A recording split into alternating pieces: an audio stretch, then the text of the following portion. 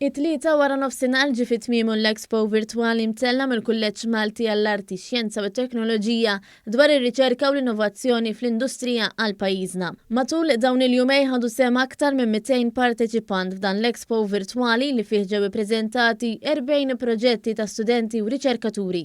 Il-Ministru għall-Edukazzjoni Justyne Caruana indirizzat l-għeluq tal-expo fejn qalet li permezz ta' avvenimenti bħal dawn tiġi rikonoxxuta l-ħidma li jagħmlu r-riċerkaturi kif ukoll l-istudenti tal-Kulleġġ. Dan mod speċjali hekk kif l-L-Mcast qed jipprepara sabiex iniedi l-ewwel programm ta' dottorat professjonali. Il-Ministru Caruana qalet li l-għażla li joffri l-Kulleġġ tirrifletti diversità f'pajjiżna u għalhekk l-L-Mcast jinsab fuq quddiem fejn tidħol l-innovazzjoni. Hija komplet tgħid li matul is-snin l-L-Mcast żviluppa bħala kulleġġ vokazzjonali li resaq lejn istituzzjoni ta' edukazzjoni professjonali ogħla.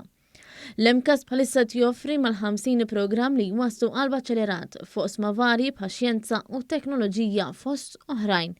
Fit-tmiem l-indirizz tagħha l-Ministru Caruana qalet li fl-L-Mcast fl-aħħar ġdid qed issir espansjoni infrastrutturali bil-ħsieb li l-edukaturi u l-istudenti jkomplu jimirħu fl-istudji, fit-tagħlim u fir-riċerka.